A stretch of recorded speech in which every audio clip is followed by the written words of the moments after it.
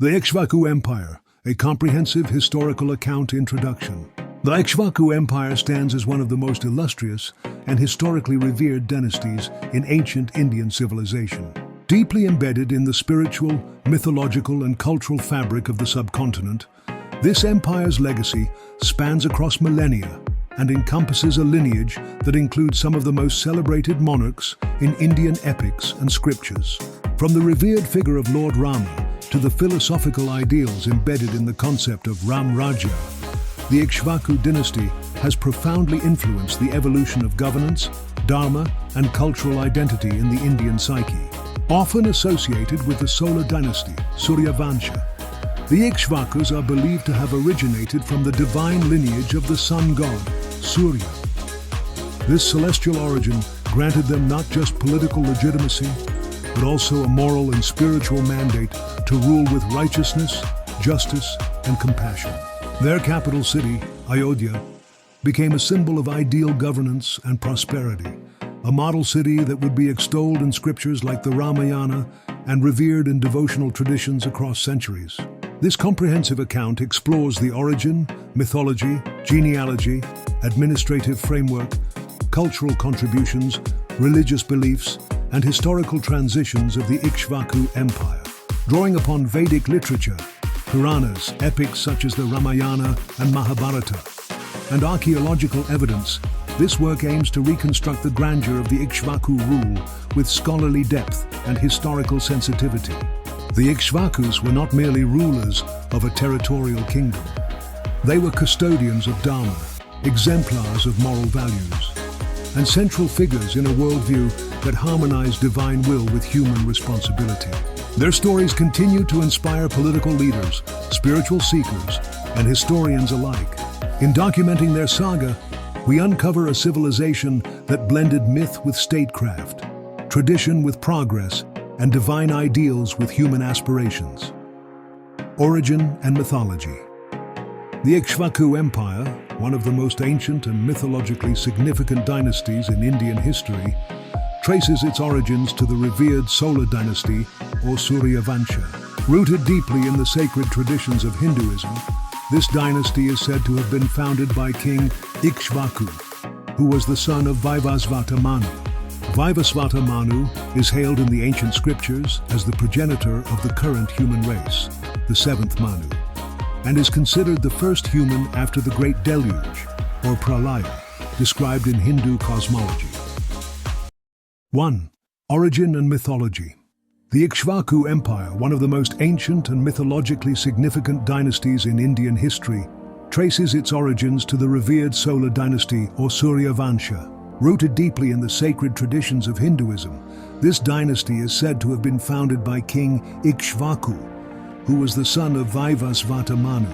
Vaivasvata Manu is hailed in the ancient scriptures as the progenitor of the current human race, the seventh Manu, and is considered the first human after the Great Deluge, or Pralaya, described in Hindu cosmology. Vaivasvata Manu himself is said to be the son of the sun god Surya, and this divine connection elevates the Ikshvaku dynasty to celestial status. This lineage not only symbolized the earthly rule of a divine order, but also established a spiritual framework within which kingship was understood in ancient India. The name Ikshvaku itself, found in numerous Vedic and Puranic texts, has become synonymous with dharma, heroism, and regal dignity. According to the Vishnu Purana, Bhagavata Purana, and the Ramayana, Ikshvaku was appointed by Manu to govern the earth after the flood had subsided. He is credited with establishing the kingdom of Kosala, with its capital at Ayodhya, one of the most sacred and ancient cities in India, located on the banks of the Sarayu River. Ayodhya, whose name means invincible, was described in glowing terms in the Ramayana and other scriptures. It was portrayed as a city of unmatched prosperity, grandeur, and architectural marvels. Ikshvaku is thus revered not only as a historical figure, but also as a semi-divine archetype of righteous rulership. His descendants carried forward his legacy, with many of them becoming central figures in both history and mythology. Most notably, Lord Rama, the seventh incarnation, avatar of Lord Vishnu, and the central figure of the epic Ramayana, was born into the Ikshvaku line. Rama's story, depicting his adherence to truth, satya, and dharma, righteousness, became the moral and spiritual compass for kings and citizens alike across centuries. In addition to the Ramayana, other ancient scriptures such as the Brahmanda Purana, Vayu Purana, and Harivamsa provide elaborate genealogies and stories about the Ikshvakus. These texts often intertwine history with legend, presenting the dynasty as both a real political force and a mythic symbol of ideal kingship. The Ikshvaku dynasty is often contrasted with the lunar dynasty, Chandravansha, which produced other legendary figures such as Krishna and the Kauravas and Pandavas of the Mahabharata. While the Chandravansha emphasized valor and diplomacy, the Ikshvakus represented righteousness, religious adherence, and spiritual discipline. The divine origin of the Ikshvakus also had political implications. It provided a strong ideological foundation for kingship, linking the ruler's authority to cosmic order, RTA, and divine will. As descendants of the sun god, Ikshvaku rulers were seen as guardians of Dharma, responsible not only for maintaining law and order, but also for upholding moral and spiritual values in society. This mythological and spiritual narrative continued to influence later dynasties in Indian history. Many royal houses, including the Mauryas, Guptas, and even medieval kings like the Satavahanas, claimed descent from the Ikshvakus to legitimize their rule and align themselves with the divine lineage of Rama. In conclusion, the origin and mythology of the Ikshvaku Empire form a foundational chapter in the civilizational history of India. The blending of myth with governance, divinity with duty, and cosmic order with earthly power illustrates the holistic worldview of ancient Indian society. The Ikshvakus were not just rulers, they were dharmic exemplars whose legacy continues to shape Indian thought, culture, and identity to this day. 2. Early kings and genealogy. The genealogical lineage of the Ikshvaku dynasty is vast and deeply intertwined with India's mythological and historical traditions. The early kings of this dynasty are immortalized in ancient texts, forming a foundational narrative of dharmic kingship and heroic virtue. Each king is not only a political ruler, but also a moral exemplar, often associated with legendary tales that reinforce the ideals of truth, sacrifice, courage, and devotion to duty. Ikshvaku. The progenitor of the dynasty, Ikshvaku was appointed as the first king by his father, Vaivasvata Manu, after the Great Deluge. He established the city of Ayodhya and laid the groundwork for a dynasty that would endure through millennia. He was known for his piety, administrative acumen, and ability to maintain cosmic order through righteous rule. Kukshi. The son of Ikshvaku, Kukshi inherited the throne and continued the dynastic legacy. Though less is known about his individual accomplishments, he maintained the lineage and passed it to his son Vikukshi. Vikukshi's reign is marked by an infamous incident involving the consumption of meat that had been reserved for a sacred ritual, which led to his temporary expulsion by his father. However, he later atoned for his mistake and was reinstated. This story highlights the importance of adhering to ritual purity and dharma in governance. Ban Vikukshi's son restored the prestige of the dynasty after the controversy surrounding his father. He ruled with wisdom and was known for his patronage of sages and adherence to moral values. Anaranya, one of the most valiant kings in the Ikshvaku line, Anaranya is remembered for his resistance against the demon king Ravana. Though ultimately defeated, he was granted a boon that one of his descendants would eventually destroy Ravana. A prophecy fulfilled by Rama, Trishanku, a controversial yet fascinating figure. Trishanku attempted to ascend to heaven in his mortal body, an act considered against cosmic laws. With the help of sage Vishwamitra, he was suspended in the sky, creating what is known as Trishanku's heaven. His tale is symbolic of human ambition and the tension between orthodoxy and innovation. Harishchandra. Perhaps one of the most revered kings in Indian law, Harishchandra is known for his unwavering commitment to truth and dharma, even at the cost of his kingdom, wealth, family, and personal dignity. His story has been immortalized in plays, poems, and religious discourses across centuries. Sagara. The father of Rama, King Dasharatha, ruled during a golden period in Ayodhya. He was a powerful warrior with command over celestial chariots and weapons. His story is a poignant tale of parental love, sacrifice, and the burden of a tragic vow that led to his demise, Rama. Lord Rama is the most celebrated figure of the Ikshvaku dynasty. His life and deeds, as narrated in the Ramayana by sage Valmiki, embody the ideals of dharma, devotion, and kingship. Rama's adherence to duty, even in the face of immense personal loss, made him an eternal symbol of righteousness. His reign, known as Ramrajya, is considered the epitome of ideal governance in Indian thought. Lava and Kusha. The twin sons of Rama and Sita, Lava and Kusha, continued the Ikshvaku lineage. Their story, including their confrontation with their father during the Ashvamedha Yajna, is an example of courage, righteousness, and filial duty. The genealogy of the Ikshvakus extends far beyond these names, with dozens of other kings mentioned in various Puranas, each contributing uniquely to the empire's legacy. These rulers not only expanded the territory, but also upheld spiritual and ethical traditions, making the Ikshvaku lineage a model of ideal kingship. 3. Political structure. The Ikshvaku Empire, as one of the earliest and most ideologically influential dynasties in Indian history, had a political structure that was both centralized and deeply rooted in the principles of Dharma. Unlike later imperial bureaucracies, the Ikshvaku polity was guided by a blend of divine sanction, moral responsibility, and traditional governance mechanisms, as described in Vedic and post-Vedic texts. Monarchical system. At the center of the Ikshvaku political system was a hereditary monarchy. The king, Raja, was the supreme authority, regarded as both a temporal and spiritual leader. His power was divinely ordained, often legitimized through lineage from the sun god, Surya. However, this authority came with a sacred obligation to rule in accordance with Dharma, a moral code that balanced justice, righteousness, and the welfare of the people. The king's title often included epithets such as Dharma Raja, righteous king, Chakravartin, universal monarch, and Surya Vanshi, scion of the solar dynasty, reflecting his cosmic and earthly roles.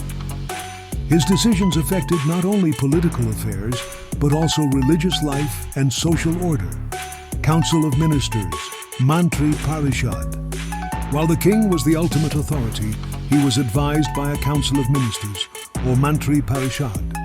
This council included Mantrin, chief minister, a senior advisor who helped with policy making, Purohita, royal priest, a key figure in both religious and political decisions, responsible for conducting rituals and invoking divine blessings on state affairs. Senapati, commander-in-chief, head of the military, Yuvaraja, crown prince, the heir apparent, often involved in administrative tasks to prepare for future kingship. Amatyas, ministers, responsible for finance, justice, agriculture, and foreign affairs. This advisory system ensured that the king's rule was informed by multiple perspectives, and it helped maintain stability and continuity in governance. Provincial and local administration.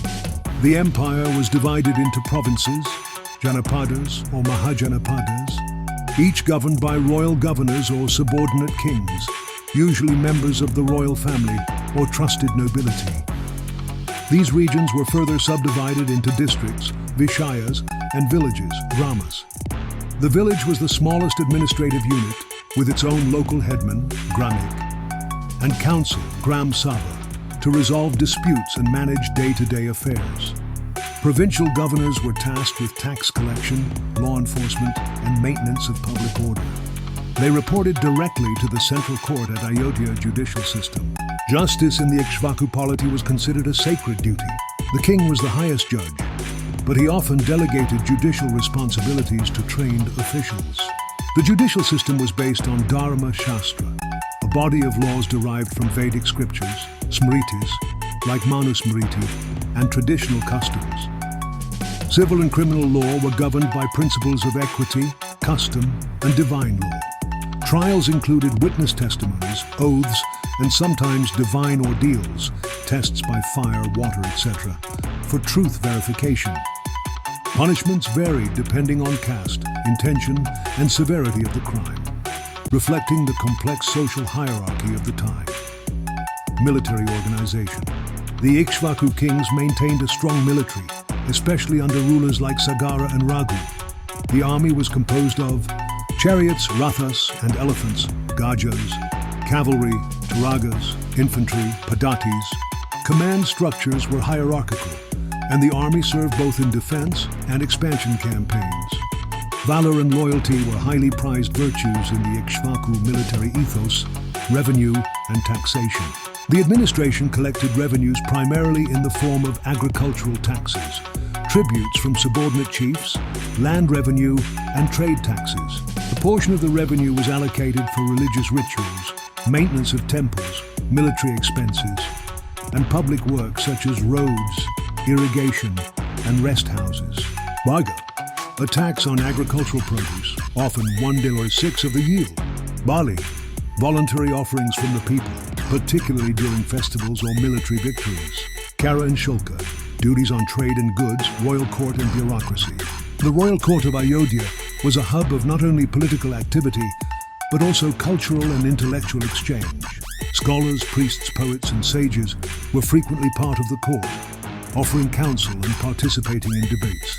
The king was expected to be learned in Vedas, Dharma Shastra, and statecraft, Arthashastra, and he encouraged the spread of learning.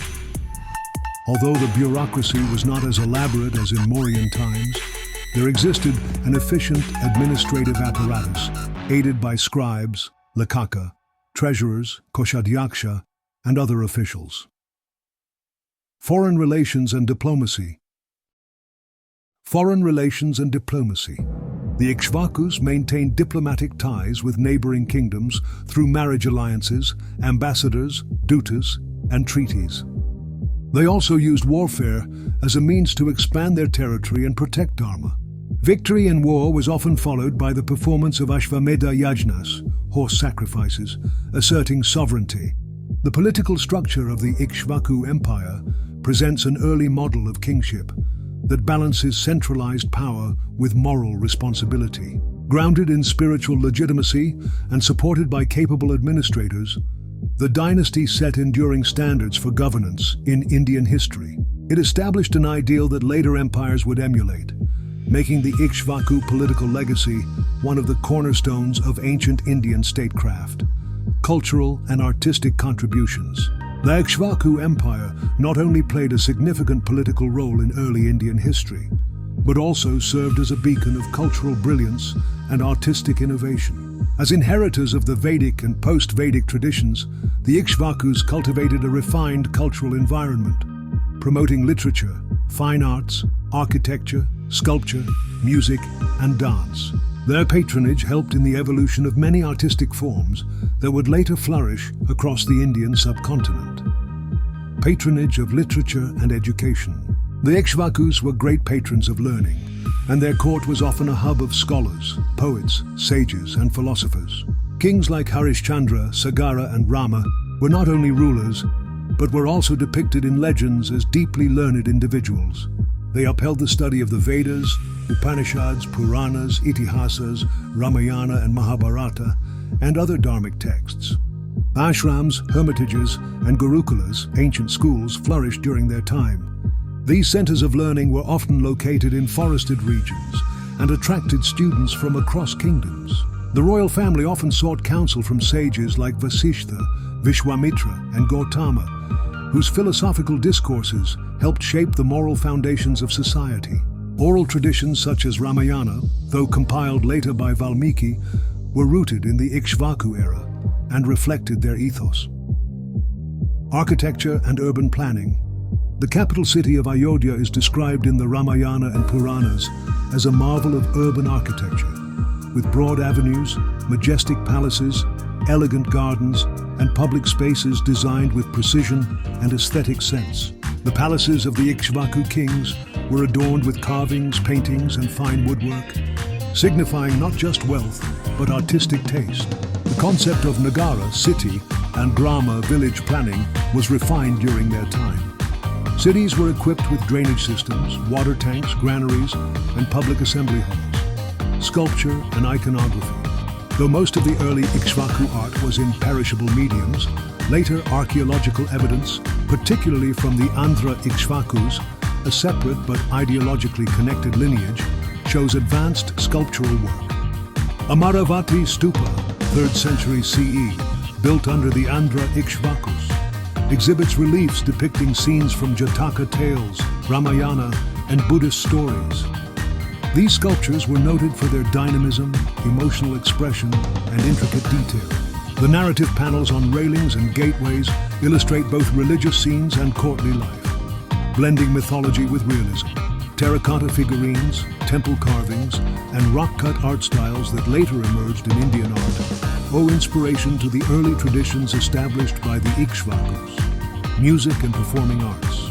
Music and dance were central to royal entertainment and religious rituals. Vedic chants, samagana, melodic chanting from the Samaveda, and classical dance were part of temple ceremonies and court functions. Natya Shastra, though compiled later by Bharata, draws upon traditions that were nurtured by early dynasties like the Ikshvakus. Temples and royal courts likely featured performances of drama, dance dramas, natakas, and musical compositions that honored gods, ancestors, and kings.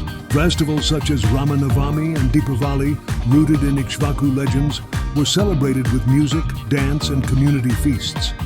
Religious art and temples. As promoters of Vedic religion, the Ikshvakus built temples and yajna-shalas, sacrificial halls, for conducting elaborate rituals such as Ashvamedha Yajna, horse sacrifice, Rajasuya Yajna, imperial consecration, Agnihotra and Somayaga. These rituals required specialized spaces, priests, altars, and symbolic artifacts, all of which contributed to the development of sacred art and ritual architecture. Later, the Andhra Ikshvakus were also notable patrons of Buddhism, commissioning viharas, monasteries, and stupas, thus contributing to the cross-pollination of Hindu and Buddhist art, crafts, and ornamentation. Crafts and ornamentation.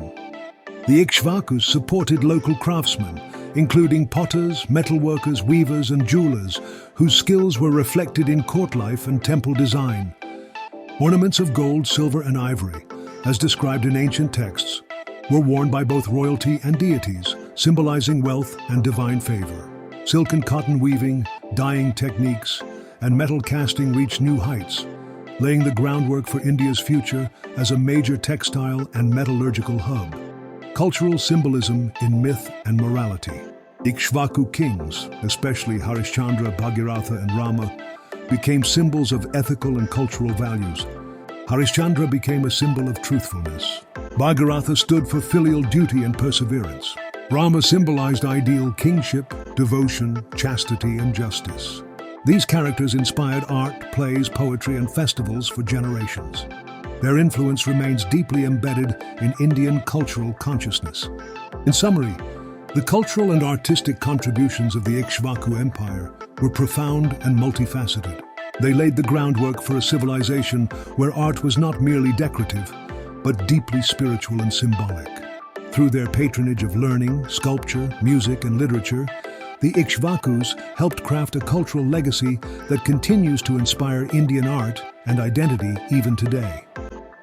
Religious practices and beliefs. The Ikshvaku Empire stood as a cornerstone of ancient Indian spirituality, harmonizing deeply rooted Vedic traditions with emerging religious philosophies. Their religious life was not only a matter of personal faith, but also a public and political institution that shaped the society, governance, and cultural ethos of the time. The Ikshvaku rulers were both guardians and exemplars of Dharma, upholding a sacred vision of kingship aligned with cosmic order and divine will. Vedic religion and ritualism.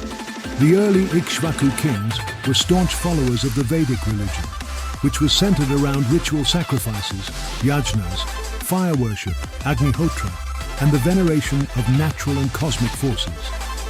Deities worshipped included Agni, fire, Indra, war and rain, Varuna, cosmic order, Surya, sun, Soma, ritual drink, and Mitra, friendship and contracts.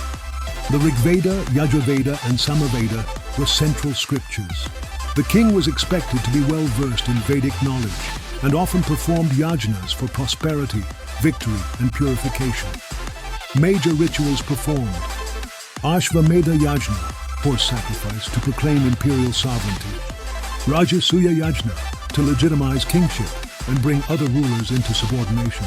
Agnihotra and Ataratra for daily and nocturnal worship.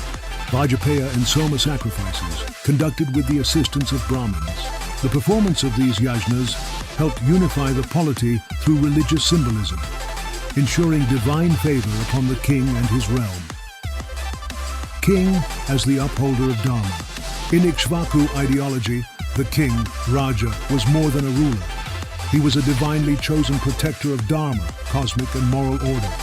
His responsibility was to protect the weak and punish the wicked, promote truth, justice, and righteousness, maintain the social order, Varna Ashrama Dharma, based on Vedic norms, patronize Brahmins, sages, temples, and ashrams. Kings like Harishchandra, Raghu, and Rama were venerated not only for political power, but also for moral virtue and adherence to religious ideals. Temple worship and sacred architecture. Though the Vedic tradition initially emphasized open-air rituals and fire altars, by the time of the later Ikshvakus, temple worship began to take architectural form. The kings constructed altars and mandapas for yajnas and public rituals, shrines for deities like Vishnu, Shiva, and Surya, often with elaborate iconography and stone sculptures. Sacred groves, water tanks, and pilgrimage routes associated with divine legends. The capital, Ayodhya, was revered as a sacred city and became a center for religious activity, festivals, and philosophical discourse. Rise of Vaishnavism and Shaivism. While early Ikshvaku religion was Vedic and polytheistic, over time, sectarian worship of Vishnu, Vaishnavism, and Shiva, Shaivism, gained prominence. Rama, an Ikshvaku prince and later deified as the seventh avatar of Vishnu, became central to Vaishnavite worship. Temples, hymns, and festivals like Ramanavami celebrated his life and ideals. The concept of bhakti, devotion, began to emerge, emphasizing personal connection with the divine through love and surrender.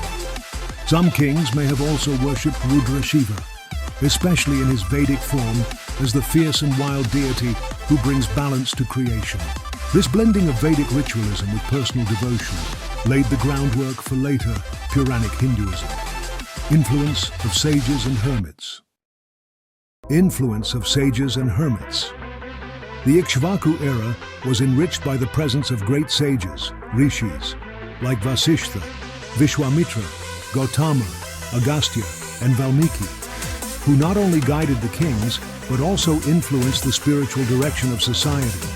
Sages often resided in ashrams located in forests, where they taught students, composed hymns, and performed penance, tapas. The hermitage culture was instrumental in shaping India's philosophical and ethical systems. These sages authored or contributed to seminal texts like Ramayana, various Smritis, and early Upanishads. Kings often visited these sages for blessings, advice, and participation in religious discussions. The relationship between ruler and sage exemplified the sacred unity of power and wisdom, pilgrimage, and sacred geography. The Ikshvakus are associated with the sanctification of many holy sites across India. Ayodhya, their capital, became a major pilgrimage destination due to its connection with Rama. Ganga's descent to earth, facilitated by King Bhagirath, made the river sacred for purification and ancestor rituals, Shraddha. Many forested regions where sages lived turned into sacred spots, tirthas, often visited by kings and commoners alike. Such sacred geography helped unify the vast cultural landscape of India through shared myths and devotional practices. Tolerance and pluralism. Though rooted in Vedic Dharma, the Ikshvakus displayed religious tolerance and openness to philosophical diversity. Later, Ikshvakus in Andhra Pradesh supported Buddhist monasteries and stupas, especially under queens and royal women. The royal court engaged with diverse schools of thought, Sankhya, Yoga, Nyaya, and early Vedanta. This pluralism allowed for the coexistence of multiple religious practices, fostering a rich spiritual environment where Dharma was interpreted as universally inclusive rather than dogmatically exclusive. In essence, the religious practices and beliefs of the Ikshvaku Empire established a blueprint for spiritual kingship in India, where governance was an extension of divine duty, rituals fostered unity, and devotion coexisted with philosophical inquiry. Their religious legacy laid the foundations for the moral, spiritual, and ritualistic dimensions of Hindu civilization, influencing not only their contemporaries but generations to come. 6. Economic system and trade. The economic foundation of the Ikshvaku Empire was both diverse and resilient, enabling the dynasty to maintain a strong state apparatus, conduct large-scale religious rituals, support artisans and scholars, and engage in domestic and long-distance trade. Rooted in agrarian strength but evolving into complex trade networks, the Ikshvaku economy mirrored the dynamic interplay between rural production and urban commercial growth seen in early Indian kingdoms. Agriculture as the economic backbone. Agriculture was the primary occupation and the mainstay of the Ikshvaku economy. Fertile river valleys, especially along the Sarayu, Gagara, and Ganga rivers, enabled the production of abundant crops, supporting both population growth and state revenue. Staple crops included rice, wheat, barley, and millets. Cash crops like cotton, sugarcane, and oilseeds were cultivated for both domestic use and trade. Irrigation systems, such as tanks, canals, and wells, were developed and maintained by local communities, often under royal oversight. Kings encouraged land clearing and settlement in new areas, distributing land to Brahmins, temples, and soldiers as tax-free grants, Agrahara and Brahmadeya lands. The agrarian economy was organized through village communities with landowners, cultivators, plowmen, and herders forming the economic base of society. Taxation and state revenue. The Ikshvaku administration collected taxes in both cash and kind to fund royal expenditures, maintain law and order, and support religious activities. Common taxes included barley, general tax paid by subjects; Baga's share of agricultural produce, usually 1/6; Kara and Shulka, tolls and commercial taxes; Hiranya, monetary tribute or fines. Taxes were also levied on trade, crafts, animal husbandry, and forests. Revenue officials called Karanika and Samharta oversaw assessment and collection, ensuring that the empire maintained a surplus to fund military campaigns, temple construction, and public works. Crafts and artisan economy. The Ikshvakus supported a thriving crafts economy, with towns and urban centers becoming hubs of specialized production.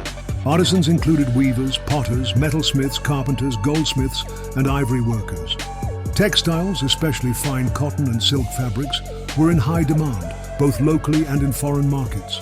Stone carving and sculpture gained prominence during later Ikshvaku periods, particularly in Andhra, where Buddhist stupas and monasteries were adorned with detailed narrative reliefs. Artisans were often organized into guilds, shrenis, which regulated quality, prices, and training, and sometimes acted as financiers or donors to temples and public works. Urban economy and marketplaces. Urban centers like Ayodhya and Vijayapuri in later Andhra Ikshvaku rule were economically vibrant and featured bustling bazaars, hatta or hat, where agricultural goods, crafts, luxury items, and imported goods were traded. Cities had regulated markets with standardized weights and measures. Merchants used copper coins or bartering systems for transactions.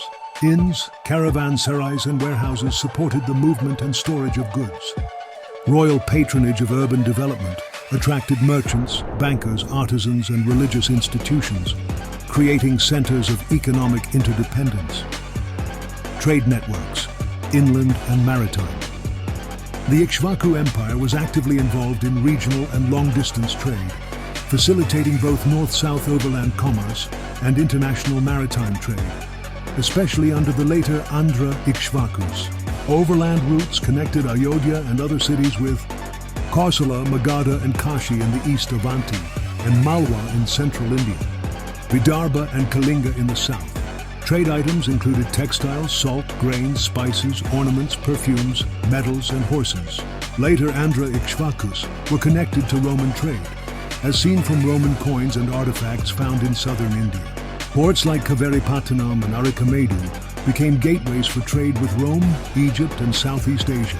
Caravans, ships, and riverboats were the main modes of transport, and merchants formed trade guilds with political influence and economic clout.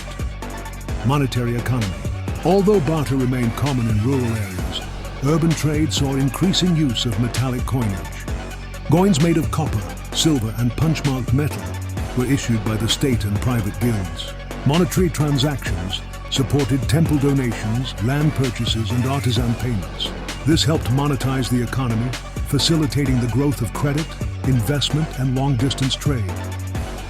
Temple economy and donations. Temples played a crucial economic role, functioning as landowners, employers, and treasuries. Kings and elites donated land, cattle, gold, and slaves to temples.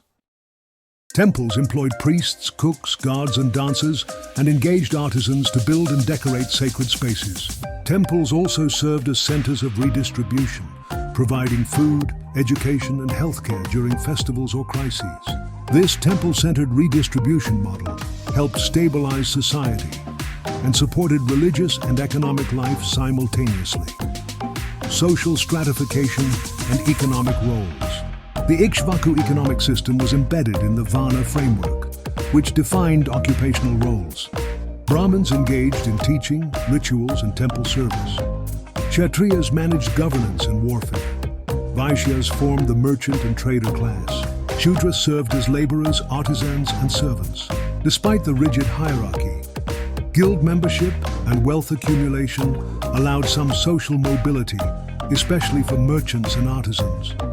In conclusion, the economic system of the Ikshvaku Empire combined agricultural productivity, skilled craftsmanship, organized taxation, and far-reaching trade networks, creating a robust and sustainable economy. Their model of state-supported commerce and temple-centered redistribution significantly influenced the socio-economic structure of later Indian dynasties, leaving a legacy of prosperity balanced with cultural responsibility. Military organization and warfare. The strength and expansion of the Ikshvaku Empire were heavily reliant on its organized and disciplined military structure. Military power not only ensured internal stability and the protection of borders, but also legitimized kingship through conquest and ritual. The Ikshvakus, known for legendary rulers like Raghu, Dilapa, and Rama, were often portrayed as ideal warrior kings, Kshatriyas, who used force righteously to uphold dharma and protect their subjects. Composition of the military. The Ikshvaku army, like other early Indian dynasties, was divided into four main arms, known as the Chaturanga Sena. 1. Infantry, Padati. The foot soldiers formed the bulk of the army. They were equipped with bows and arrows, swords, spears and shields, leather or metal armor, simple formations for mass combat and defense. 2. Cavalry, Ashva. Horses were prized for their speed and mobility, though their use was more limited than infantry and elephants due to availability. Cavalry units carried swords, javelins, and sometimes composite bows, used mainly for flanking and pursuit. 3. Chariots, Ratha. Chariots symbolized aristocratic warfare and royal valor, pulled by 2 or 4 horses, manned by a warrior, archer, and a charioteer used for both combat and ceremonial purposes. 4. Elephants, Gaja. War elephants were the most formidable and prestigious arm used for breaking enemy lines and intimidating troops. Often carried archers or spearmen on their backs, symbolized royal power, and were employed in processions and battles alike. Training and martial values. The Kshatriya class, from which Ikshvaku rulers came, was raised in a culture of military discipline and martial training. Young princes were trained in archery, swordsmanship, wrestling, and horseback riding. Training often took place in gurukulas and military academies, under the guidance of Brahmins and warrior gurus. Great emphasis was placed on ethics in warfare, Kshatriya Dharma, protecting civilians, honoring treaties, and fighting with valor. The epics and Puranas portray Ikshvaku kings as upholding the dharmic code even in warfare, especially Rama, who is depicted as the epitome of the ideal warrior and righteous king. Forts and defensive architecture. The Ikshvakus built fortified cities and garrisons to defend their territories. Ayodhya, the capital, was described as having high walls, towers, moats, and strong gates. Smaller frontier forts served as defensive posts and supply bases. Soldiers stationed at forts protected trade routes, settlements, and temples. Forts were both strategic and symbolic. They represented the king's ability to protect his domain and the sanctity of the kingdom. Conquests and expansion campaigns. Ikshvaku kings were often expansionist, engaging in military campaigns to consolidate power and extend their influence. King Raghu's military campaigns, known as Digvijaya, conquest of the directions, are famous for bringing distant regions under Ikshvaku control. King Rama's conquest of Lanka, though mythological, symbolizes the ultimate Dharma Yuddha, righteous war, and is central to Indian military ethos. In later centuries, Andhra Ikshvakus fought against neighboring dynasties such as the Satavahanas, Chutus, and Pallavas, establishing their control in parts of modern Andhra Pradesh. These conquests often culminated in Ashvamedha yajnas, rituals that not only marked military victory, but also political and spiritual supremacy. Weapons and warfare technology. Weapons and warfare technology. The Ikshvaku military employed a wide range of weapons, reflecting both technological advancement and Vedic traditions. Offensive weapons, bows and arrows, including fire-tipped arrows, spears, axes, swords, clubs. Defensive gear, shields made of leather or metal, helmets, breastplates. Siege techniques, battering rams, fire arrows, and defensive walls were employed in fortified warfare. Chariots and elephants were used strategically to break enemy ranks and for psychological dominance. The military also used war drums, conches, shankha, and banners dvaya to organize troops and inspire morale. Military leadership and organization.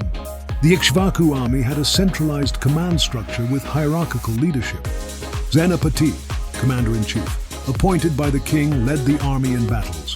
Various officers, Mahadandanayaka, Nayakas, commanded divisions of infantry, cavalry, and elephants. King himself often led major battles, especially in Vedic and epic accounts. Military officers were rewarded with land grants, wealth, and titles, and many were elevated to administrative positions after retirement. Naval and riverine forces. Though less prominent, the Ikshvakus, especially in southern territories, may have developed naval forces, used for patrolling rivers and securing trade routes. Later Ikshvakus near the Krishna and Godavari rivers supported river-based transport and commerce. Their successes played larger roles in maritime expansion towards Southeast Asia. Warfare in myth and literature. Military glory and valor were celebrated in epics, Puranas, and court poetry. Rama's battle with Ravana became the ideal war story, blending strategy, courage, and divine favor. Kings like Raghu and Dilapa were praised for their campaigns across India. The Ramayana and Raghuvamsha, by Kalidasa, portray warfare not only as a political necessity, but as a path to uphold cosmic order. These narratives shaped military ideals across Indian history, inspiring rulers and warriors for generations. Ethical dimensions of Ikshvaku warfare. The Ikshvaku tradition emphasized Dharma Yuddha, just war. Warfare that adhered to ethical principles. No attacking civilians, temples, or non-combatants. Battles fought during daylight after mutual declaration. Respect for defeated enemies and humane treatment of prisoners. Duels between equals encouraged. Use of deceptive tactics discouraged. This dharmic warfare model influenced Kautilya's Arthashastra and later medieval Indian warfare ethics. In summary, the Ikshvaku military was a finely organized and valor-driven institution, central to the empire's expansion, defense, and religious legitimacy.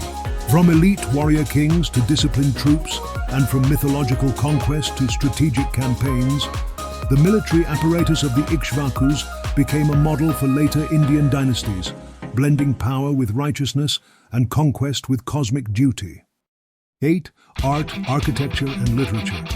The Ikshvaku Empire, though often remembered for its political and religious achievements, also played a pivotal role in nurturing India's artistic, architectural, and literary heritage. The dynasty's patronage, both mythic and historical, fostered refined aesthetics, monumental architecture, and profound literary contributions, many of which became foundational to Indian culture.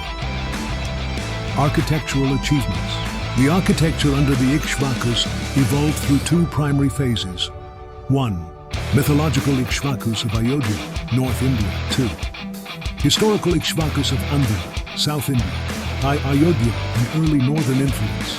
According to texts like the Ramayana and Puranas, Ayodhya was a metropolis of grandeur, featuring fortified walls, 7 gates, moats, and palaces adorned with jewels and carvings, multi-storied mansions, pillared halls, gardens, and bathing tanks. The city layout followed Vastu principles, with orientation aligned to cosmic directions.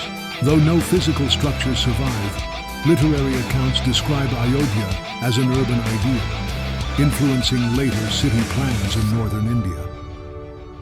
B. Ikshvakus of Andhra, monumental architecture. The Andhra Ikshvakus, 3rd-4th century CE, made major architectural contributions, especially in Buddhist religious infrastructure. Vijayapuri, Nagarjunakonda, served as their capital and artistic hub. They constructed stupas and chaityas, e.g. Mahachaitya, monasteries, viharas for Buddhist monks, temples for Hindu deities, showing religious pluralism.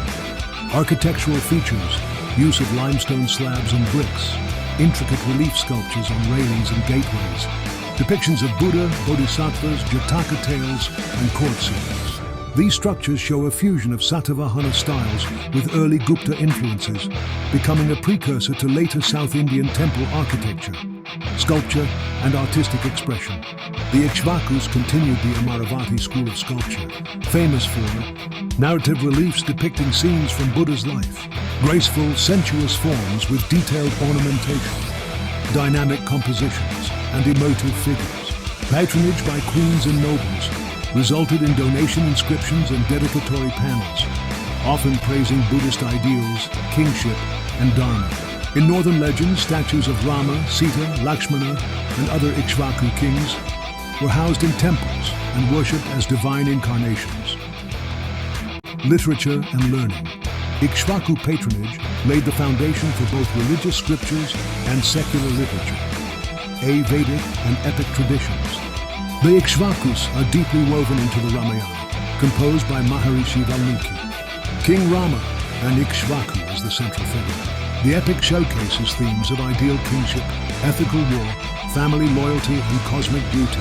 Their dynasty is also praised in the Mahabharata, Puranas, and Kalidasa's works like Raghuvamsha. These texts glorify the genealogy, virtues, and divine descent of Ikshvaku rulers. B. Buddhist literature and inscriptions. The Andhra Ikshvakus supported Buddhist learning. Sanskrit and Prakrit inscriptions at Nagarjunakonda record land grants to monks. References to Theravada and Mahayana schools coexisting in their realm. Female patrons like Queens Srivijayasha and Srimata Devi donated wealth to Buddhist sites. Buddhist scholars and teachers traveled across the empire, teaching at viharas and preserving texts. See inscriptions and language. Inscriptions from the Andhra Ikshvakus were in Prakrit, mainly Brahmi script, for religious and public inscriptions early Sanskrit in royal and literary contexts.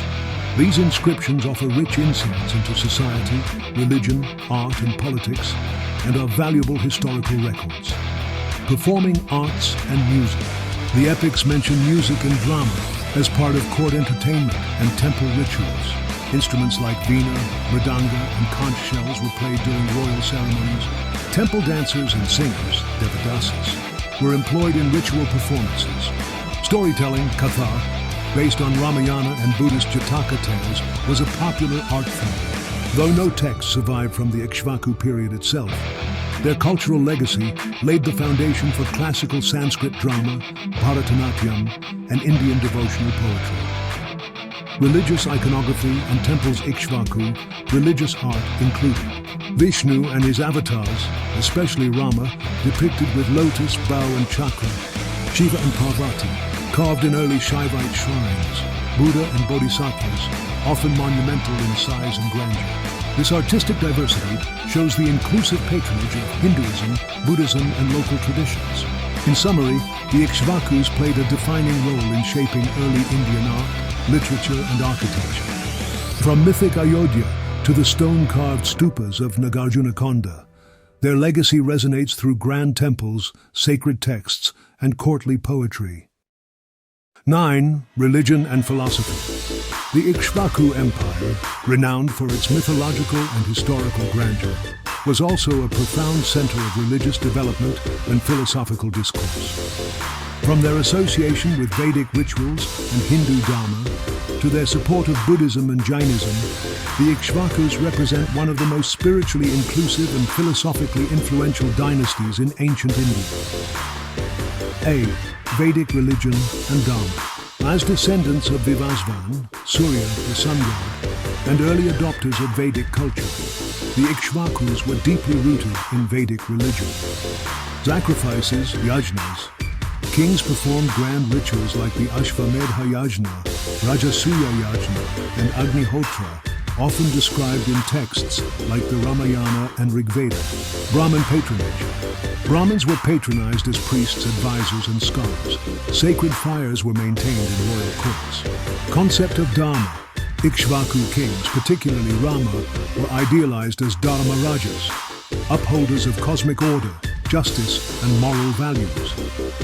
The Smriti literature, including the Manusmriti, often references the Ikshvaku kings as role models for righteous rulership, aligning political authority with spiritual duty. B. Rama and divine kingship. One of the most spiritually significant legacies of the Ikshvakus is Lord Rama, the seventh avatar of Vishnu. Rama was born into the Ikshvaku dynasty of Ayodhya, and his story is immortalized in Valmiki's Ramayana. Rama's life embodies the ideal man, Maryada Purushottama, faithful son, just ruler, and devoted husband. His character became the foundation of Rama Bhakti, devotion to Rama, which influenced Vaishnavism for centuries. Temples dedicated to Rama, Lakshmana, and Sita were built throughout the subcontinent, and Rama Raja became the model for divine kingship. C. Support for Buddhism. The Andhra Ikshvakus, 3rd-4th century CE, especially at Nagarjunakonda, became great patrons of Buddhism. They supported both Theravada and Mahayana traditions. Kings like Veerapurushadatta and royal women like Queen Chamtasiri and Queen Matadeva donated generously to Buddhist stupas, monasteries, and relic shrines. Inscriptions record land grants, patronage to Sangha, and religious festivals. This support created a thriving Buddhist monastic network, with monks, scholars, and pilgrims frequenting Andhra regions and contributing to the transmission of Buddhism to Sri Lanka and Southeast Asia. D. Influence of Jainism. Though less prominent, there is also evidence that the Ikshvakus respected Jain teachings, especially in northern traditions. Some Puranic texts mention early Ikshvaku rulers as patrons of Jain Tirthankaras. Jain scholars trace the origins of Rishabhanatha, the first Tirthankara, to the Ikshvaku dynasty. Jainism's stress on non-violence, truth, and renunciation may have influenced certain Ikshvaku rulers known for their ascetic values. The pluralistic ethos of the Ikshvakus allowed multiple religious streams, Vedic, Vaishnava, Buddhist, and Jain, to coexist and thrive. E. Temples, stupas, and sacred spaces. The Ikshvaku religious devotion was reflected in sacred architecture. Hindu temples. Temples to Vishnu, Shiva, Surya, and local deities existed, especially in the northern heartland. Buddhist stupas and chaityas. Nagarjunakonda featured elaborately sculpted Buddhist complexes. Sacred rivers and groves were considered spiritually potent and protected by royal edict. Although direct philosophical texts from the Ikshvaku period are rare, their patronage and cultural ideals significantly influenced Indian thought. 1. Ethical philosophy, Dharma. Ikshvaku kings emphasized righteous governance, truth, and service. Rama's life and decisions became case studies in moral dilemmas, justice, and ethical kingship, discussed in philosophical schools. Spiritual cosmology. The dynasty's claimed descent from the solar lineage, Surya Vamsa, promoted a cosmic vision of kingship, linking the sun's eternal cycle to Dharma. Solar symbolism influenced art, rituals, and royal titles. Religious tolerance. The Andhra Ikshvakus set an early example of religious harmony, sponsoring both Vedic sacrifices and Buddhist relic shrines, a rare balance that inspired later dynasties like the Guptas. Gender and spirituality. Ikshvaku queens played active roles as patrons and donors in religious life, suggesting a respect for female spiritual agency. G. Rituals and festivals. Religious life during Ikshvaku rule was vibrant and cyclical. Solar festivals, especially honoring Surya, were prominent. Rama Navami, celebrating the birth of Rama, likely emerged as a key festival. Buddhist festivals like Vaisakha, Buddha Purnima, were celebrated in southern regions under Andhra Ikshvakus. In summary, the Ikshvaku Empire became a spiritual crucible, nurturing Vedic orthodoxy, Vaishnava devotion, Buddhist compassion, and Jain asceticism.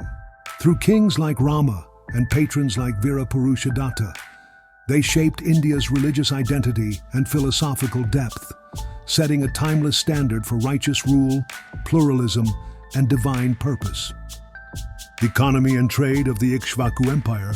The economic structure of the Ikshvaku Empire, both mythological and historical, was robust, diverse, and deeply integrated with religious, social, and political life. From agrarian wealth and artisan crafts to regional and long-distance trade, the Ikshvakus presided over a flourishing economic landscape that supported their cultural and architectural achievements. Agrarian foundations. Agriculture formed the bedrock of the Ikshvaku economy, especially in both the northern heartland of Kosala, Ayodhya, and southern Andhra, Vijayapuri, Nagarjunakonda. Fertile river valleys, Ganga, Sarayu, north, and Krishna River Basin, south, ensured high agricultural productivity. Major crops, rice, barley, wheat, lentils, sugarcane, and cotton. Irrigation systems, tanks, canals, and wells were constructed for year-round cultivation. Kings granted land to Brahmins and religious institutions, often tax-free, agrahara grants, which helped consolidate rural economy and social control. B. Taxation and revenue. The Ikshvakus maintained a centralized revenue system drawn from land tax, bhaga, a share of agricultural produce, trade duties, levied on local and interregional trade, customs and tolls, collected at market towns and trade routes, craft guild taxes. Artisans and merchants paid revenue in cash or goods. Revenue supported royal administration, military, religious donations, and public works, such as stupas and temples. See urban centers and market towns. The capital cities, Ayodhya in the north and Vijayapuri in the south, were economic hubs. Ayodhya, mythical, described in the Ramayana as wealthy with bazaars, workshops, and trade caravans. Vijayapuri, CU, Nagarjunakonda, historical. Archaeological finds include workshops for pottery, jewelry, sculpture warehouses, and merchant quarters. Inscriptions referencing donations by traders and guilds. Other towns like Jagayapeta, Ghantasala, and Amaravati were known for their crafts and Buddhist centers, linking economic life with religion. D. Craft production and industry. Crafts and industry were thriving under Ikshvaku patronage. Stone carving, intricate relief work on Buddhist stupas, jewelry making, beads, bangles, and gold ornaments, metalwork, coins, tools, and weapons in iron and copper textiles, cotton and silk weaving, garments traded widely. Craftsmen were often organized into guilds, shrinas, with internal regulations and collective donations to temples. E. Local and international trade. Trade flourished under the Ikshvakus, connecting them to regional and overseas markets. 1. Inland trade, linked with neighboring regions like Satavahanas to the west, Vakatakas and Pallavas to the east and south. Items traded, spices, grains, cloth, incense, ivory, and metals. 2. Maritime and overseas trade. Southern Ikshvakus, near the eastern coast, were well positioned for Indian Ocean trade. Ports such as Ghantasala, Motupalli, and Dharanikota connected to Sri Lanka, Southeast Asia, Myanmar, Thailand, Cambodia, Roman Empire via Maritime Silk Road. Archaeological finds include Roman coins, amphorae, and luxury items, suggesting commercial links with the Mediterranean world. F. Coinage and currency. The Ikshvakus used punch-marked coins and early inscribed coins, mostly in copper and silver. Coins often carried royal symbols, lotus, bull, sun, and inscriptions in Brahmi script. They facilitated both domestic trade and religious endowments. G. Economic patronage of religion. Economic prosperity enabled large-scale religious donations. Land, wealth, and gold were gifted to Buddhist monasteries, Brahmin scholars, and temple trusts. Queens and merchants frequently appear in inscriptions as donors. This created an economy of piety, where religious merit was tied to public giving and wealth distribution. H. Labor and social structure. The economic system was supported by a complex Varna-based social order. Shudras and artisans provided labor and skills. Vaishyas managed trade and agriculture. Brahmins controlled knowledge, education, and land grants. Kshatriyas, Ikshvaku royalty, maintained governance, protection, and patronage. Slavery and bonded labor may have existed, though on a limited scale, especially in urban constructions and royal estates. In conclusion, the economy of the Ikshvaku Empire was diverse, sustainable, and interconnected, based on agriculture, crafts, and global trade. In conclusion, the economy of the Ikshvaku Empire was diverse, sustainable, and interconnected, based on agriculture, crafts, and global trade. Their economic surplus supported monumental architecture, religious institutions, and a vibrant cultural life, making them one of the most materially and spiritually prosperous dynasties in early Indian history. Military and warfare practices of the Ikshvaku Empire.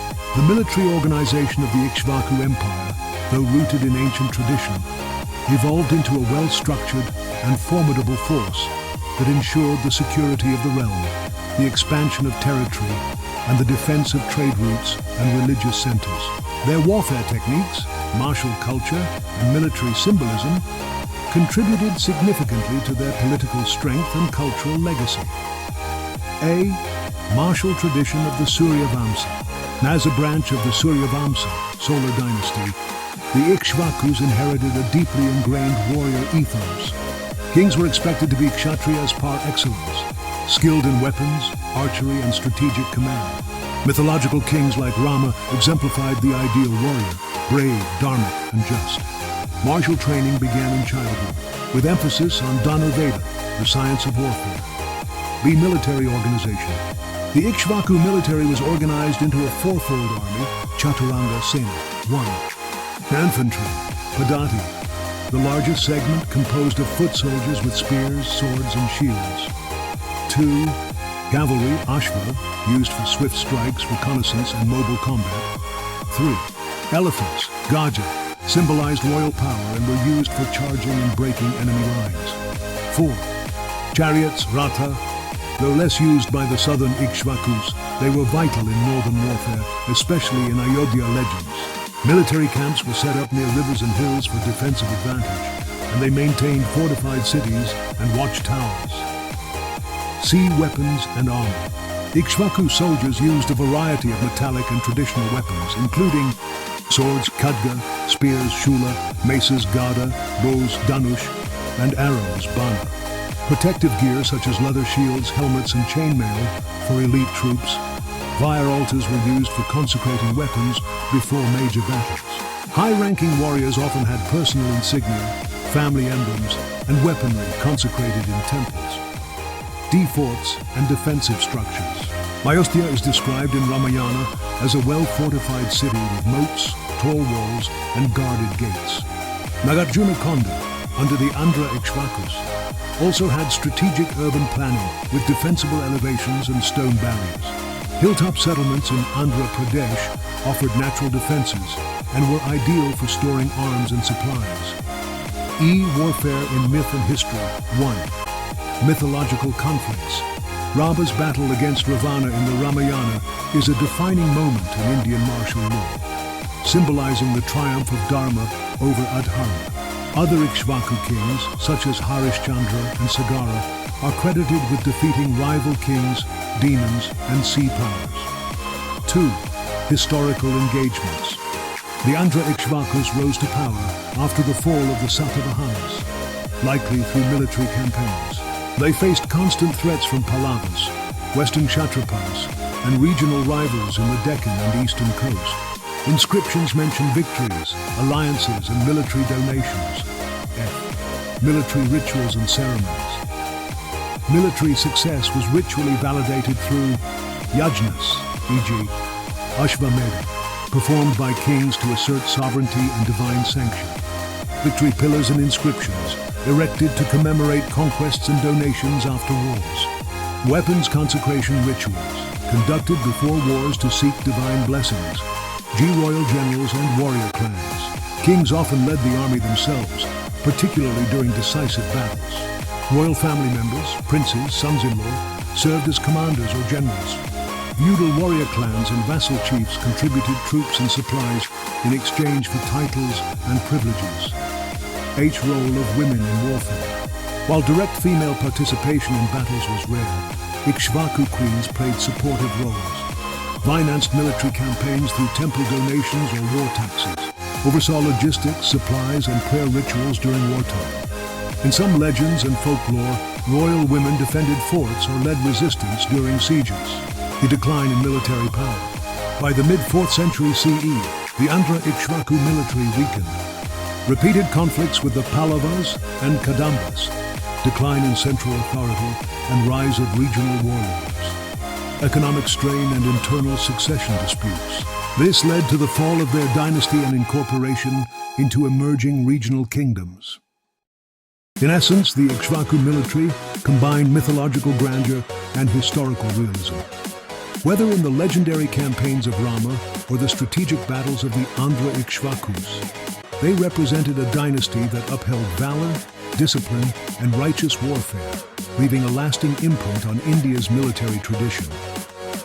Cultural achievements and legacy of the Ikshvaku Empire. The Ikshvaku Empire, both in its mythical Surya Vamsa lineage and its historical presence in Andhra Pradesh, left behind a deep cultural legacy. Their influence spanned language, literature, art, architecture, religion, philosophy, and ritual practice, shaping India's classical civilization and spiritual traditions. A. Patronage of religion and philosophy. The Ikshvakus are renowned for their multi-religious patronage, supporting Buddhism, Vedic Brahmanism, and Jainism. Buddhism, the Andhra Ikshvaku rules, especially queens and merchant guilds. Generously endowed Buddhist monasteries and stupas at Nagarjunakonda, Jagayapeta, Amaravati. Brahmanical faith, land grants to Brahmins, performance of Vedic yajnas, and establishment of Shiva and Vishnu temples. Jainism. Though less dominant, inscriptions mention Jain donors and monk interactions in the region. This diversity reflects the tolerance and pluralism of Ikshvaku rule. B. Art and architecture. The Ikshvakus of Andhra Pradesh made monumental contributions to early Indian art and religious architecture. 1. Nagarjunakonda, a cultural metropolis. One of the most important archaeological sites of ancient India, features Buddhist stupas, viharas, chaityas, and sculpted relief panels. Famous Mahachaitya, Great Stupa, richly decorated with narrative art themes carved include scenes from Jataka tales, depictions of Buddha's life, processions of elephants, yakshas, royal patrons, and nature deities. 2. Sculptural art. Transition from a Maravadi school of art to Nagarjunakonda style. Emphasis on narrative storytelling, movement, realistic figures, and symbolism. Use of limestone and granite.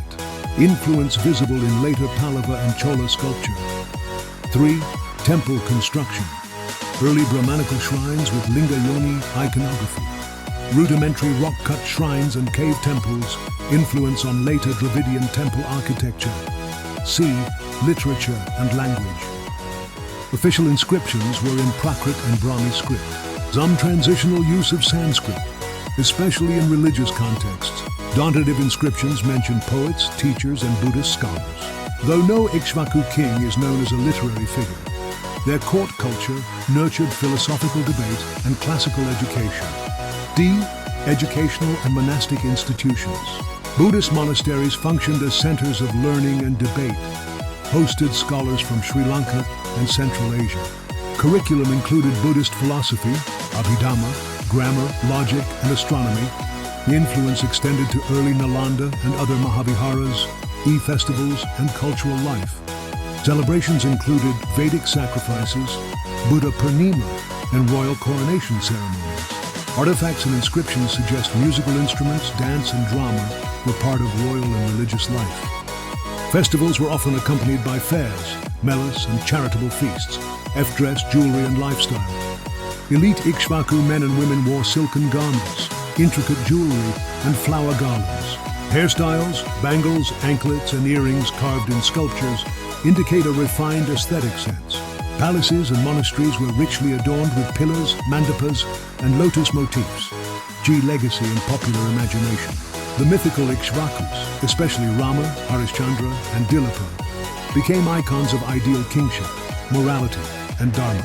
Their stories were canonized in the Ramayana, Puranas, and classical plays. Kings across India, including Guptas, Cholas, and Vijayanagara emperors, claimed descent from Surya Vamsa Ikshvakus for political legitimacy.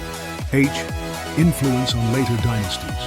The artistic and architectural innovations of the Ikshvakus influenced later dynasties such as Pallavas, rock-cut temples and Buddhist viharas, Chalukyas and Cholas, sculpture temple planning. Cultural motifs, lotus lion thrones, dharma wheels, persisted in Indian symbolism, eye preservation and archaeological recognition. British and Indian archaeologists excavated Nagarjunakonda in the 20th century. Major finds housed in Nagarjunakonda Museum and National Museum, Delhi. The UNESCO and ASI have recognized Ikshvaku sites for conservation and research. In conclusion, the Ikshvaku Empire's cultural achievements stand as a bridge between the Vedic past and classical India. Their multifaceted patronage, artistic excellence, and spiritual openness made them vital architects of India's civilizational heritage. 13. Relationship with contemporary dynasties and neighbors. The Ikshvaku Empire, especially during its historical phase in Andhra Pradesh c. 225–325 CE, existed within a dynamic political landscape shaped by powerful neighbors, emerging regional states, and religious movements. Their interactions with these entities, through war, diplomacy, alliances, and cultural exchanges, played a significant role in shaping the political and cultural map of South India during the early historic period. A. Successor of the Satavahana dynasty. The Ikshvakus rose to prominence after the decline of the Satavahanas, a dominant power in the Deccan region. The last Satavahana rulers experienced internal dissent and loss of control over eastern territories. Vaisishtiputra Chamtamula, founder of the Andhra Ikshvaku line, possibly married into the Satavahana royal family to legitimize his claim. They inherited administrative systems, trade networks, and Buddhist patronage traditions from the Satavahanas. B. Conflict and interaction with the Western Kshatrapas. The Western Kshatrapas, Saka rulers, controlled parts of Western India and were also expanding towards the Deccan. There is evidence of rivalry and boundary disputes, though full-scale warfare is not clearly documented. Some inscriptions hint at defensive strategies by the Ikshvakus to protect eastern Andhra from external aggression. C. Relations with the Pallavas. The Pallavas, based in Kanchipuram, Tamil Nadu, were emerging as a strong power in southeastern India during the Ikshvaku period. Relations were mostly hostile, as both powers sought influence over southern coastal Andhra and Tamil regions. The decline of the Ikshvakus coincided with Pallava expansion, suggesting possible military defeats or political overshadowing. Some Brahminical temple styles in later Pallava regions resemble early Ikshvaku forms, indicating artistic diffusion despite political tensions. D. Interaction with Vakatakas and Kadambas. The Vakatakas, a powerful dynasty in central India, maintained neutral to cordial relations with the Ikshvakus. There is no clear record of direct warfare, and both dynasties shared Brahminical religious values and Sanskrit inscriptions. The Kadambas of Karnataka, who rose to power slightly after the Ikshvakus, may have encountered them in their eastern expansion. However, evidence is scant and largely inferential. E. Maritime and trade relations. The Ikshvaku coastal regions, modern-day Andhra coast, maintained trade relations with Southeast Asia and Sri Lanka. Buddhist monasteries at Nagarjunakonda were linked to Sri Lankan and Theravada traditions, suggesting cultural diplomacy. Maritime ports like Motopali and Ghantasala may have been under their control or influence. Exchange of goods, monks, and cultural ideas enhanced transnational Buddhist networks. F. Religious diplomacy and monastic ties. The Ikshvakus used religion as a diplomatic bridge, especially through Buddhist and Brahmanical institutions. By supporting Buddhist monks from foreign lands, they gained spiritual prestige and international recognition. Religious donations were also extended to wandering Brahmin scholars, which helped forge ideological alliances with contemporary northern dynasties. G. Dynastic marriages and alliances. Like many ancient Indian rulers, the Ikshvakus used strategic marriages to strengthen ties. Ikshvaku queens were often from Satavahana, Naga, or local chieftain families. These alliances helped integrate tribal, regional, and elite groups under one umbrella. Marriages also brought military support and land grants. H. Integration of tribal and local rulers. The Ikshvakus co-opted local tribal chiefs and mandala rulers into their polity. Inscriptions refer to Mahabhojas and Mahasenapatis, likely titles for local allies or feudatories. By allowing a degree of autonomy, they ensured loyalty and reduced rebellion. High influence on later dynasties. After their fall, many regional dynasties drew from the Ikshvaku model of governance and religion. Pallavas and Chalukyas adopted their temple architecture and patronage models. Eastern Chalukyas and Vengi rulers later revived and claimed connections to Ikshvaku glory. Ikshvaku legends continued to be cited in land grants and royal eulogies for legitimacy. In summary, the Ikshvaku Empire maintained a complex web of relationships with contemporary powers, balancing warfare, diplomacy, religion, and marriage alliances. Their ability to navigate these ties not only preserved their rule during turbulent times, but also influenced the diplomatic and cultural policies of subsequent South Indian kingdoms. 14. Administration and economic policies of the Ikshvaku Empire. The Ikshvaku Empire, particularly during its historical phase in Andhra Pradesh, circa 225 to 325 CE, developed a sophisticated system of governance, taxation, land management, and trade regulation. Their administration integrated Vedic principles, regional customs, and Buddhist values, making it both efficient and culturally adaptive. A. Centralized monarchical governance. The king was the supreme authority, ruling under the principle of Dharma, righteous rule. Titles like Maharaja and Shri Vasithiputra, used by founder Chamtamula, denote sovereignty and divine favor. The king was advised by a council of ministers, including Mantrin, chief minister, Senapati, military commander, Purohita, royal priest, Mahadandanayaka, justice officer. The court blended political authority with spiritual sanction, drawing legitimacy from both Brahmanical and Buddhist sources. B. Provincial and local administration.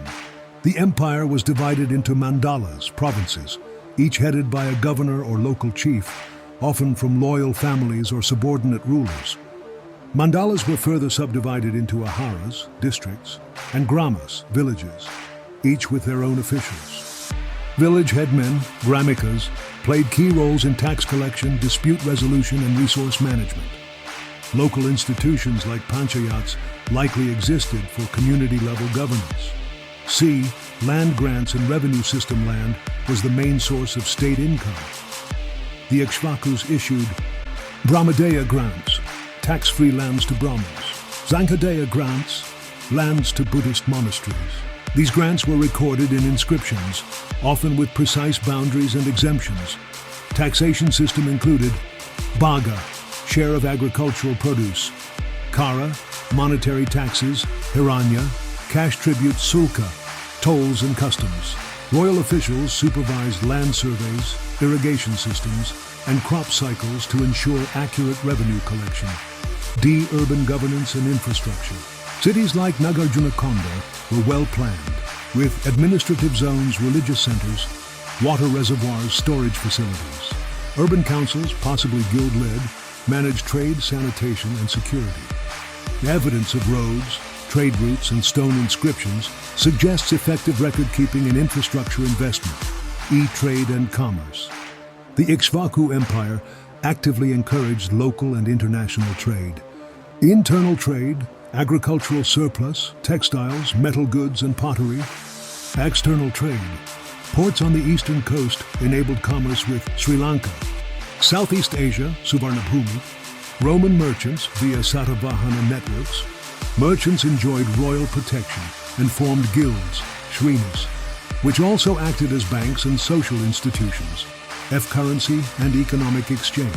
Though few coins have been attributed directly to Ikshvaku rulers, trade was facilitated using Satavahana coinage, still in circulation, barter systems in rural regions. Donations to temples and monasteries were often in the form of gold, silver, cloth, or agricultural produce. Irrigation and agricultural policies. Ikshvakus invested in tanks, canals, and reservoirs to support agriculture in dry regions. Temples and monasteries were often linked to irrigation projects, providing both spiritual and economic benefits. Crops grown included rice, millets, sugarcane, sesame, and cotton. State officials ensured equitable water distribution and maintenance of irrigation networks, justice, and legal administration. The king was the final authority in legal matters, guided by Dharma Shastra and local customs. Judges, dandanayakas, and religious jurists assisted in trials. Punishments ranged from fines and exile to ritual penance, depending on caste and offense. Buddhist moral codes may have influenced temple law and community regulations, especially in monastic zones. Role of women in administration and economy. Royal women, especially queens and princesses, held economic and religious authority. Endowed monasteries, managed estates, funded public works and irrigation. Some inscriptions name women donors and landowners, indicating their participation in the local economy. In conclusion, the Ikshvaku administration was a blend of centralized authority, local governance, and religious integration. Their economic policies encouraged agrarian growth, urban prosperity, and trans-regional trade, making them key players in the early historic, economic, and political fabric of South India. 15. Decline and disintegration of the Ikshvaku Empire. Like many ancient dynasties, the Ikshvaku Empire experienced a period of decline and eventual disintegration due to a combination of internal weaknesses, external invasions, shifting trade routes, and religious political transitions. Although short-lived in terms of historical chronology, circa 225–325 CE, the fall of the Andhra Ikshvakus had long-lasting implications on the socio-political landscape of South India. A. Short reign and limited dynastic continuity. The Ikshvaku dynasty lasted only about a century, with no evidence of successors beyond a few generations. After the rule of prominent kings like Vasishthiputra Chamtamula, Mathariputra Virapurushadatta, and Ehuvala Chamtamula, the dynasty saw no powerful or charismatic rulers to sustain it. Dynastic stability weakened due to succession disputes, lack of heirs, or ineffective administration. B. Internal administrative strain. The extensive land grants to Brahmins and Buddhist institutions reduced the revenue base of the state. Tax-free lands meant a growing part of the economy was beyond royal control, weakening the fiscal system. Local governors and feudatories, Mahabhojas, may have gained autonomy, eroding central authority. C. External threats and military decline. The rising power of neighboring dynasties such as the Pallavas in the south, Vakatakas in the northwest, Kadambas in the west. These powers gradually encroached upon Ikshvaku territories. The Pallavas in particular expanded into eastern Andhra, possibly defeating Ikshvaku forces in military confrontations. D. Decline of trade and maritime links. Eastern coastal trade, once vibrant under the Satavahanas and early Ikshvakus, began to decline due to political instability.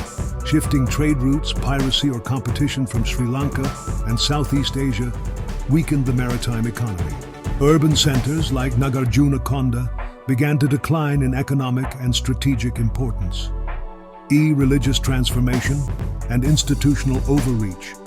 While religious patronage was a strength, it also became a burden.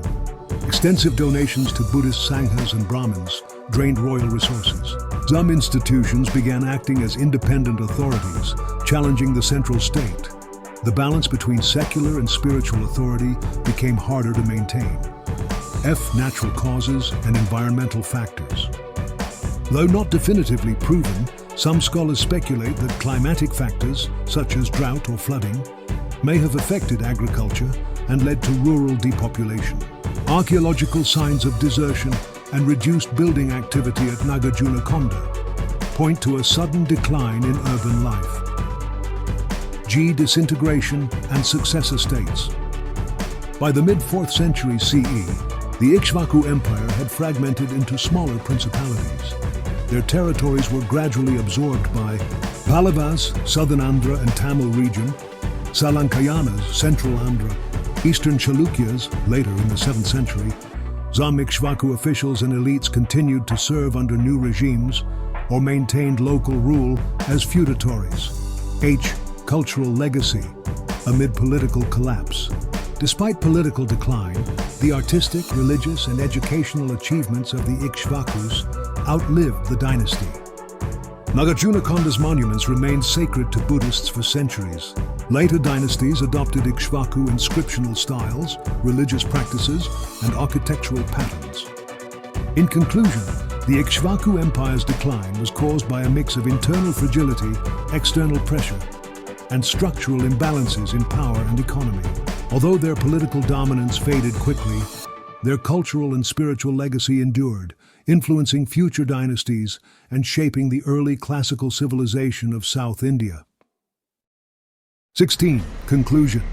Historical importance and enduring influence. The Ikshvaku Empire, though relatively brief in duration and limited in geographical scope, occupies a significant place in the political, cultural, and religious history of early South India. Rooted in both mythological grandeur and historical reality, the Ikshvakus bridged the transition between the great Deccan powers of the Satavahanas and the rising dynasties of the Pallavas and eastern Chalukyas.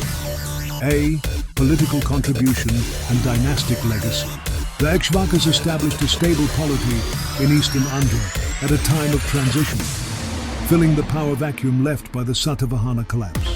They maintained internal order, consolidated power through marriage alliances, and interacted strategically with regional neighbors. Their governance model, a centralized monarchy supported by local administrators, Brahmin advisors, and religious institutions, became a template for future South Indian rulers.